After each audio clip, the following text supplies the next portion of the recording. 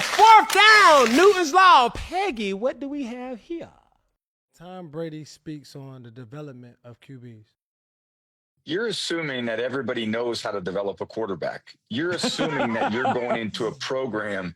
I mean, I'm telling you, this is not, there's a lot of people who have no idea what they're doing when they're tasked with coaching a quarterback or calling an offense.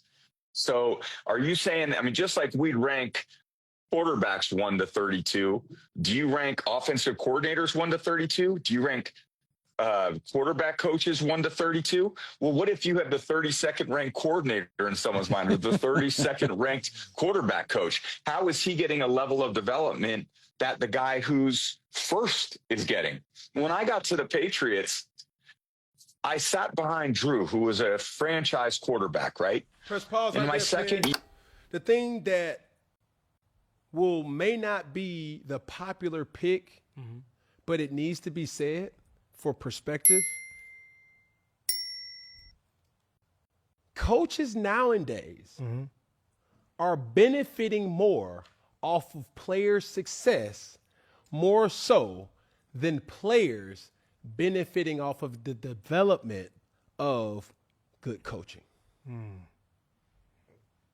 Why so? Because coaches are merely having these resume fillers. I said it earlier in the show. Man, I coached Tom Brady. Man, I coached Peyton Manning. Man, I coached Cam Newton. Man, I coached Jalen Hurts. Man, I coached Lamar Jackson. Man, I coached Josh Allen.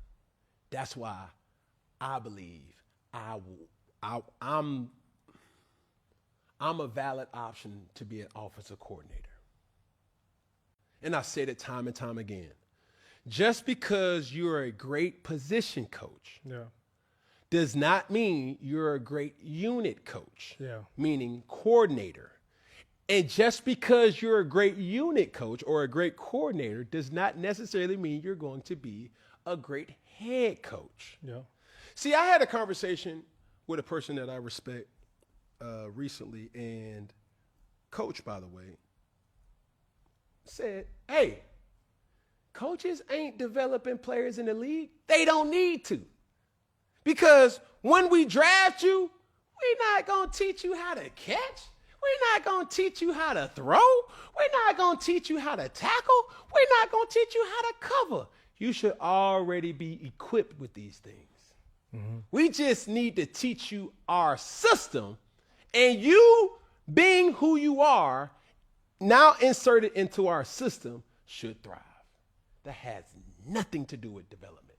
When you see takes like Dan Orlovsky, and he's saying how offensive now, shifted more to tempo and not teachings, RPOs over reads, and really looking at that dynamic. Certain things can be true and are true, but what I will say this, and this is why I respected the Ron Rivera's, this is why I respected the Bill Belichick's of the world, because a coach is still a synonym to this basis alone.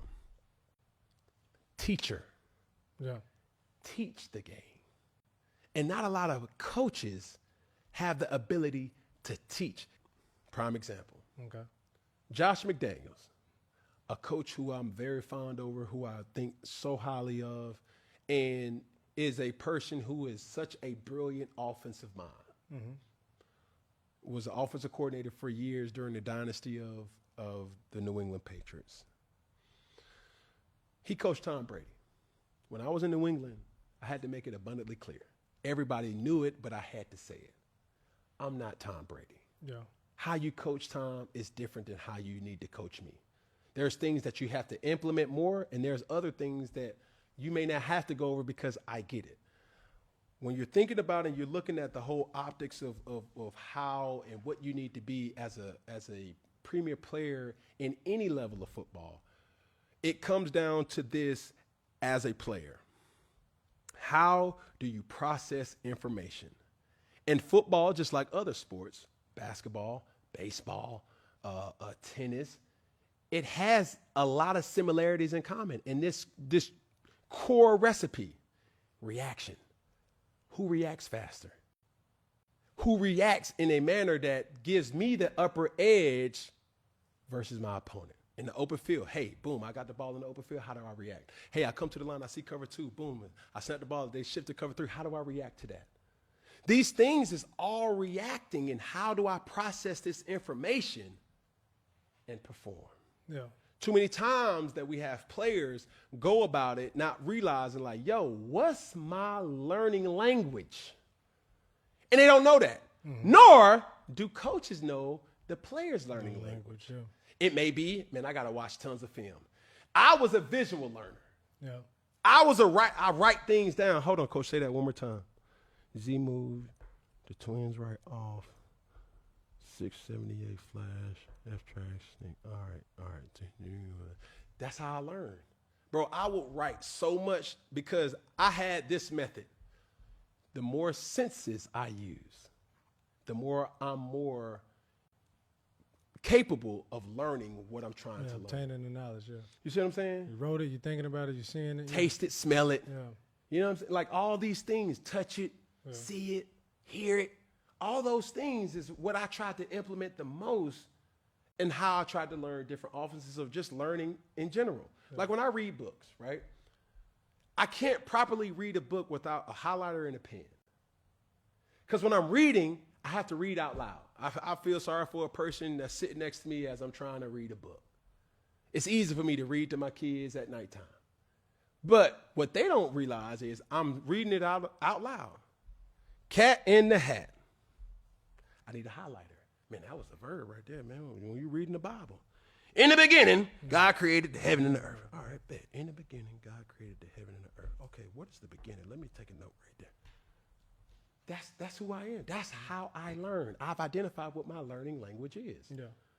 A lot of players and a lot of coaches have not identified that. And if you don't know that, you can't properly develop. Because we have coaches time and time again, they lead with their resume. Hey, y'all done coach Tom Brady. Hey, y'all coach Cam Newton. Hey, y'all coach Lamar Jackson. Hey, y'all coach Justin Jefferson.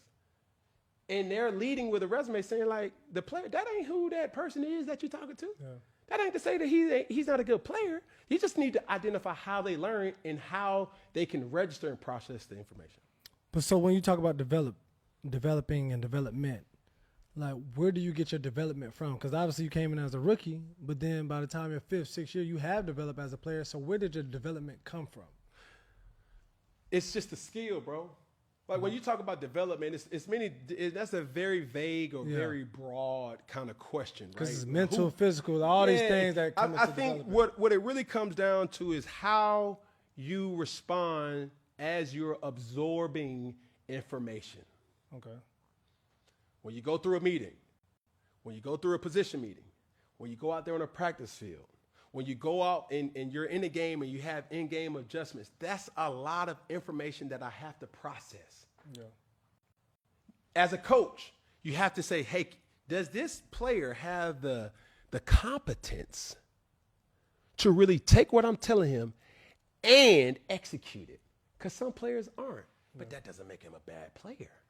Some players need to watch film. Some players don't need to watch film.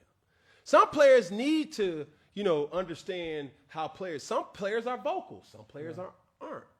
Some players you need to tell once. Some players you need to tell 10 times. Yeah. You need to identify what it is. And I have this thing that I want to kind of mention.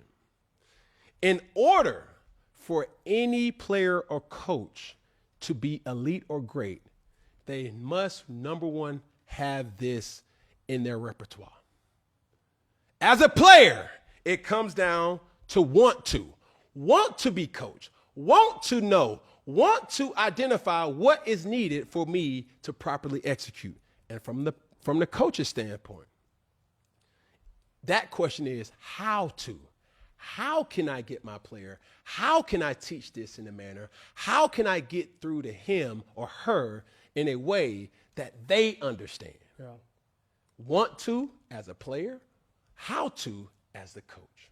So when you say the want to as a player and the how to as a coach, just to use him as an example, Baker Mayfield. Yep. And so oftentimes you write off players early on. We write them off because they haven't developed in the certain scheme or on the team. But as you see him in Tampa Bay, would you attest that to Baker's development as a player, who he is, or the coach he's playing for? It's all of the coach and circumstance and situation, and that's a lot. Yeah. I used to always say this, and I tell this to my kids oftentimes, and I say I hated school. Yeah. I love the socialism of school. Yeah. I love the humans that I met in school. Correct. If I had a teacher who taught physics that was cool, I love physics. Yeah. If I had a teacher that taught PE that I did not like, I hated PE. Yeah. I hated recess. See, the thing that players, coaches, students, teachers must understand, it's not what's being said, it's how it's being said to the individual. Yeah. And once you understand that, and it sounds so simple to hear, it's hard to execute that. Because when you have coaches that have come through my life, the one thing that I try to make them understand is understand who I am and understand what I'm not. I'm not trying to be Peyton Manning, bro. I'm not trying to be Drew Brees. I'm not trying to be Matt Ryan. I'm not trying to be Tom Brady. I'm not trying to be Aaron Rodgers. Oh. They are great. Their resume is nothing less than impeccable. But that's not me. Yeah. I'm very aware and alert to who I am. This is what I expect my coach, my teacher, to kind of go about speaking my language for me to learn. And also, even with getting the best version of myself out. I'm not a big moper. I'm not a big complainer. I'm not a big person that just points the finger and do that. I process information by myself, right? We would always see things in Cam and media where it's like, man, every time Cam lose, bro, you're a sore loser. I go rogue. I alienate myself. Because I just need to really think to say like, man, what could I have done better? What did I do? What could I have changed? What am I doing that I'm not doing? And what am I not doing that I should be doing? These are all things that takes time for me to really tap in with myself. And every player is different. You feel what I'm saying? So I would challenge any coach to focus on how to, and every player to focus on want to. That's my point, Peggy, and I'm sticking to it. Yes, Sirski. Anything else? Then we good in the hood. Anything else? We good in the hood with Peggy and Bug. Anything else? That's all I got. Anything else? Here we go, one finger. Hey, okay, all right. I said one finger. Hey, all right, okay. Add in the pinky. Can't forget the thumb. All together, one love. You dig? And it's a wrap.